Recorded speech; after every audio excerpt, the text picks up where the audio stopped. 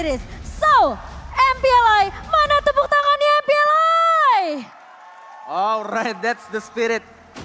Itu dia, memasuki match yang kedua pada hari ini. Walaupun mereka masih sama-sama mempunyai 1 nyawa tambahan. Tapi ini akan berpengaruh juga untuk stamina mereka di hari esok. Setuju banget, karena lower bracket Wah, run itu bakal exhausted banget. Bakal capek banget. Mainnya juga berkali-kali, berarti bisa dianalisis juga berkali-kali tentunya.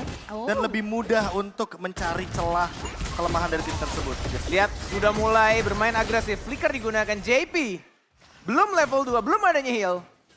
Dan ini yang dilakukan oleh anak-anak Homeboys. Apalagi kita tahu walaupun sebenarnya sudah kena nerf sedikit menjadi 2 detik, tapi itu nggak ngaruh oleh Nolannya. Tetap langsung maju, nge-invade jungle duluan bahkan. Tidak mengambil rekursanya, justru malah ke Scat Lizard dulu. Dapetin dari mini crabnya, kemudian mungkin akan muter kembali lagi ke jungle. Dan ini ngebuat rotasi dari Chibi, ya dengan dash akan lebih cepat. Bahkan dengan levelnya ya. Yes, that's right. Oke, sementara posisi dari Benny Cutie masih bisa untuk tarik ulur aja di area bawahnya. Kalau Tizi pun udah dapetin level 4. Karena Cornet ini pemain jungle ya, jadi biasa dia udah terbiasa dengan pattern jungle. Betul. Dari jungler sendiri. Dan kalau Tizi di sini sudah mulai terlihat juga di area atas, namun pergerakan dari pemain-pemain Homeboys. Kalau kita bandingkan dengan match pertama tadi ya, ini lebih kelihatan ada adrenalin yang, atau mungkin pressure-nya ya Net. Iya, betul, betul. Beda ya, lebih agresif gitu dari kedua tim.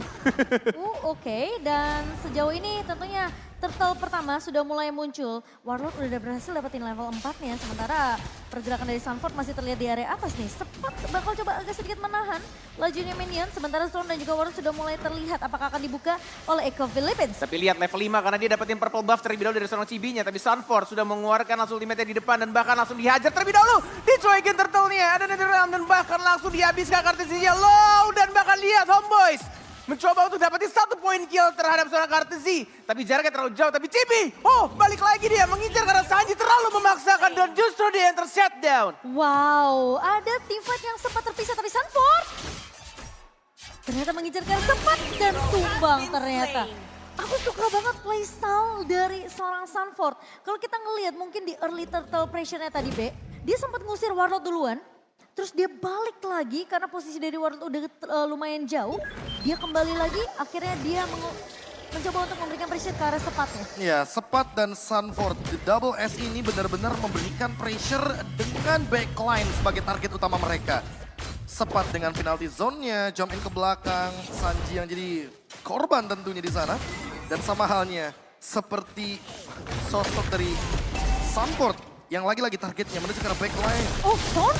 Tapi agak sedikit memaksakan, tidak ada follow up. Sean terjebak di sana. Mencoba untuk bertahan sendirian.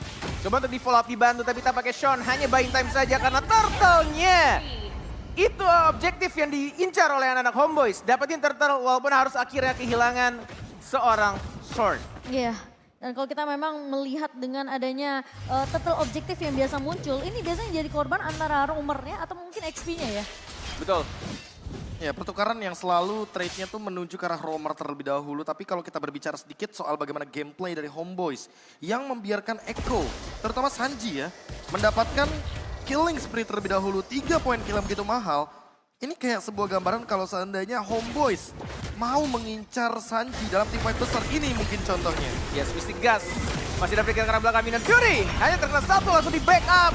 Oleh diikuti juga ikut join team fight, tapi mega kill justru didapatkan oleh Sanji yang menggunakan Faramisnya. Tapi bahkan itu ngasih space yang cukup banyak sih sebenarnya ke arah Rizal. Dia berhasil untuk dapetin setidaknya platingan gold. Meskipun ada pertukaran di mana Storm tumbang kali ini. So Homeboys mereka sebenarnya nggak terlalu tertinggal jauh. Despite juga dari adanya 1 buah turtle yang didapatkan tadi untuk turtle yang pertama. Tapi Echo mereka masih mengungguli dari segi point kill. Dan kalau misalkan kita melihat dari gold lead, pelan-pelan Carl TC juga coba untuk mengejar ketertinggalan level. Karena mau dari segi manapun, Chibi farming patternnya lebih cepat. Dan secara damage retribution dia juga akan lebih tinggi, apalagi ganking ke arah gold lane. Ini bakal menjadi sebuah jawaban dari Homeboys. Setelah mereka mungkin kalah di area teamfight Turtle, di area River. Tapi posisinya kali ini 4 lawan 4, apakah ini akan menjadi jawaban yang tepat untuk memaksakan teamfight di area gold lane. Apalagi beberapa detik lagi akan ada Turtle juga. Ini kayaknya teritorialnya harus benar-benar 5 lawan 5. Iya. Lihat, Sepat dan Sanford sama-sama motong lane jauhnya. Iya, dan Honboy juga tadi udah sempat dapetin teritorinya, tapi kalau Tizi sempat Sanji. Betul, coba untuk dibuka. Primal Wrath tidak dikeluarkan dan justru diamankan poin killnya terhadap seorang Kartezi dan Sanford mengganggu Chibi-nya. Tapi kita lihat Final Electro gak bisa untuk membunuh seorang Chibi dan bahkan dilepas Purple Blast. Dan ini dia Warlord tiba-tiba di arah mid lane-nya. Mystic Gus justru dapetin 1 poin kill, tapi lagi-lagi itu dia. Ada pertukaran, selalu ada pertukaran. Dan sekarang jatuhnya ke arah XP lanernya. Sanfordnya tumbang, turtle didapatkan oleh anak-anak Eko. Apakah terlalu memaksakan untuk mengejar ke arah Chibi tadi Profesor KB? Itu udah pasti bakal jadi target utama karena mau bagaimanapun Chibi adalah harga yang mahal bagi teman-teman dari Eko. Semakin menuju ke late game, Chibi akan semakin lebih mengerikan. Heptasis sudah ada di tangannya. Kalau seandainya makin banyak item damage yang ada di tangan dari Nolan, tentu ini akan menimbulkan efek burst damage yang mengerikan kepada Eko. Apalagi kalau kita lihat dari JP, dia kan pasti on the way nih untuk membuild ke arah item seperti Flask of Justice dikarenakan item Rom favornya. Jadi dia pun butuh item anti burst tersebut. Nah, gimana caranya untuk mungkin Homeboyz lebih tepatnya memisahkan team fight? Salah satu caranya adalah ya mungkin mencari pemain yang sedang sendirian dan itu yang akan dicari oleh Chibi sampai late game nanti. Wah. Pick off dengan menggunakan fracture. Damage burst yang tinggi akan menjadi solusinya. Lihat, dibuka dengan stun dan bahkan langsung dihajar begitu saja, tapi langsung ada follow up.